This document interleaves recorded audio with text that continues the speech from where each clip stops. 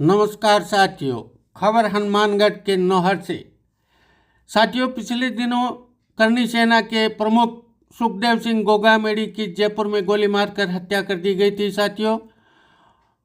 और लंबे संघर्ष के बाद जब प्रशासन ने मांगी तो एफआईआर दर्ज हुई। उससे पहले हॉस्पिटल के आगे ही धरना प्रदर्शन चलता रहा और उसके बाद में उनके पार्थिव शव को लेकर जयपुर से लेकर के उनके पैतृक गांव नो डीपीएन गोगामेड़ी जो भादरा विधानसभा क्षेत्र का गांव है, वहां तक पहुंचने तक हर बड़े गांव शिखर, लक्ष्मणगढ़, सावा, तारानगर, चूरू, हर जगह उनके पार्थिव शरीर को उनके एम्बुलेंस को रोककर श्रद्धांजलि अर्पित की गई थी।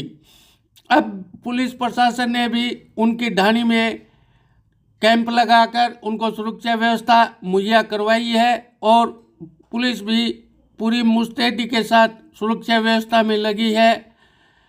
उनके दाह संस्कार में भादरा विधानसभा क्षेत्र के आसपास के गांव से हजारों की संख्या में लोगों ने पहुंचकर उनको श्रद्धांजलि अर्पित की थी।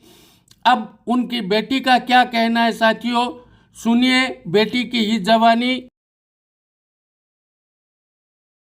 यही कहना चाहूँगी कि जितने भाई बहन और बड़े बुजुर्ग जो मेरे दादी सा दादो सा है, जो हमेशा साथ खड़े रहे थे और इस मुश्किल वक्त में भी हमारे साथ खड़े रहे हैं, उनका बहुत बहुत आभार। और हमेशा ऐसे ही हमारे साथ खड़े रहिएगा और अपना आशीर्वाद ऐसे ही सदैव हमारे परिवार पे व हमारे अन्य सदस्यों पर बनाए ही रखना। अभी आप क्या कर रही हो? अभी तो मैं 8th क्लास में हूँ और आगे जैसे पॉलिटिक्स में ही है। जिस प्रकार से आप लोगों ने सुरक्षा मांगी थी, क्या आप लोगों को सुरक्षा मिल गई? सुरक्षा तो मिल गई, लेकिन मेरे पापा ने तो केसरिया महापंचायत हुई उसमें भी सुरक्षा की मांग की थी, लेकिन तब तो कोई सुरक्षा प्रदान नहीं की गई। लेकिन अब हमें क्या ज़रूरत है इस सुरक्षा की? पहले तो इन्होंने जब जिसको ज़रूरत थी उसके लिए तो इन्होंने दी नहीं, और अब ये सुरक्षा दे रहे हैं तो हम इस सुरक्षा का क्या करें? जिस प्रकार से आपके पापा को लगातार खतरा बना हुआ था, उन्होंने आप लोगों से कहा, तो उन्होंने कभी ये बताया आपको मुझे इस प्रकार से खतरा लोगों से? मुझे तो क्या, पूरे देश को ही पता था कि ऐसा खतरा है।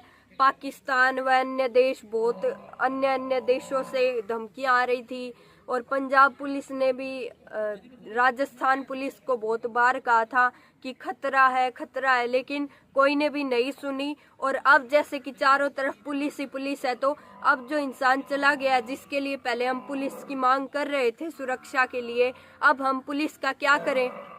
आपके पिता करनी सेना के राष्ट्रीय अध्यक्ष थे। करनी सेना के देश भर में लाखों सदस्य हैं। अब करनी सेना का क्या होगा? कौन संभाला करनी सेना को? करनी सेना जैसे मेरे पापा पहले चलाते आए थे और चल रही थी, अभी भी वैसे ही चलेगी और चलती रहेगी।